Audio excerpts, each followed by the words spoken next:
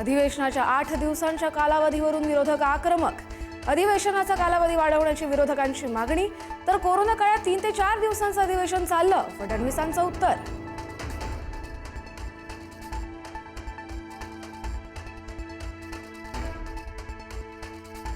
आमदार भास्कर जाधव आणि मंत्री प्रताप सरनाईक यांची भेट। भास्कर जाधव आणि सरनाईकांमध्ये 10 मिनिट चर्चा।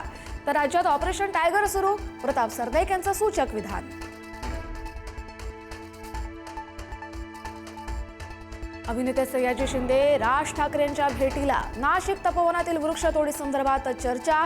भेटीवेळी अमेय खोपकर उपस्थित।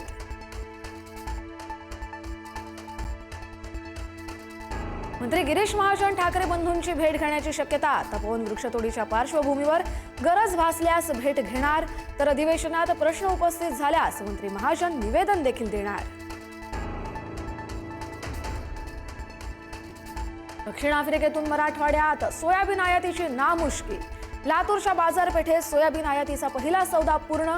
सोयाबीनला हमीभाव मिळणं धुसर।